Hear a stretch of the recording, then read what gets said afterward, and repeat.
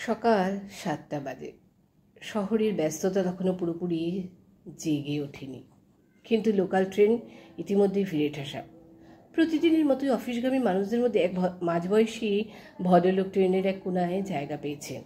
তার পরিপাটি পোশাক, কাঁধে একটি ছোট ব্যাগ এবং হাতে একটি থার্মোফ্ল্যাক্স, যা সে প্রতিদিন বাড়ি থেকে বানিয়ে আনা চা দিয়ে পূর্ণ করে আনে।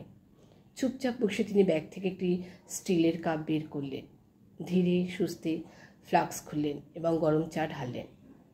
আশপাশের কোলাহল থেকে নিজেকে দূরে রাখতে চাইলেন, যেন এই এক কাপ চাই তার শান্তির একমাত্র অবলম্বন।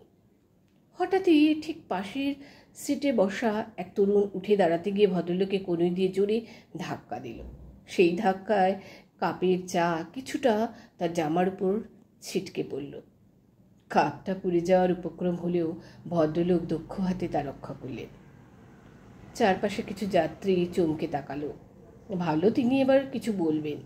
কেউ কেউ ফিসফিস করে বলল, আহা, কেমন করে না দেখে উঠে দাঁড়ালো। কিন্তু আশ্চর্যের বিষয়, ভদ্রলোক একটিও শব্দ করলেন না, শুধু সামান্য হাসলেন। জামায় পড়া চা নিজের রুমাল দিয়ে মুছলেন, তারপর কাপটা হাতে নিয়ে আবার চুমুক দিয়ে দিতে লাগলেন।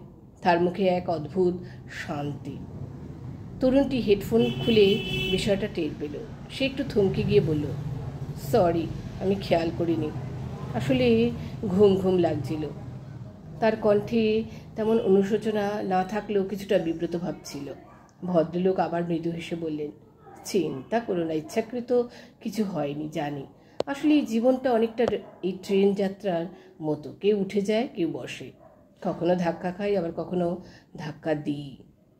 কিন্তু মনে রাখতে হবে, প্রতিক্রিয়াই বলে দেয় আমরা কেমন মানুষ। তরুণটি একটু চুপ করে গেল, তার চোখে কিছু একটা বদলে গেল যেন।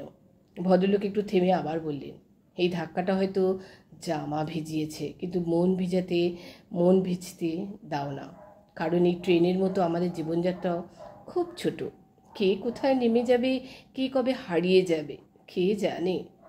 তুচ্ছ ঘটনায় রাগ করলে সেই অল্প সময়টাই বিষিয়ে যায়, বরং হাসি মুখে মাফ করে দিলে পথটা সহজ হয়, হালকা হয়। ট্রেন তখন স্টেশনে পৌঁছেছে। ভদ্রলোক উঠে দাঁড়ালেন, কাপটা ব্যাগে রেখে নামার জন্য প্রস্তুত হলেন। তরুণটি উঠে দাঁড়িয়ে সম্মান জানিয়ে মাথা নোয়ালো। আজ তার যাত্রা শুধু গন্তব্যের দিকে নয়, বরং ভেতরের দিকে আরও এক ধাপ এগিয়ে গেল। শিক্ষণীয় কথা, আমরা সবাই এই জীবনের যাত্রী। কেউ আগে নামবে, কেউ পরে। রাগ বলো, অভিমান বলো, অপমান, এগুলো আমাদের মনকে ভারী করে তোলে। অথচ জীবনটা খুবই হালকা করে কাটানো উচিত। সব কিছুর জবাব দেওয়ার দরকার নেই, কিছু জিনিস শুধু ছেড়ে দিতে হয়, ক্ষমা করে দিতে হয়। কারণ সত্যি আমাদের এই যাত্রা খুবই সংক্ষিপ্ত।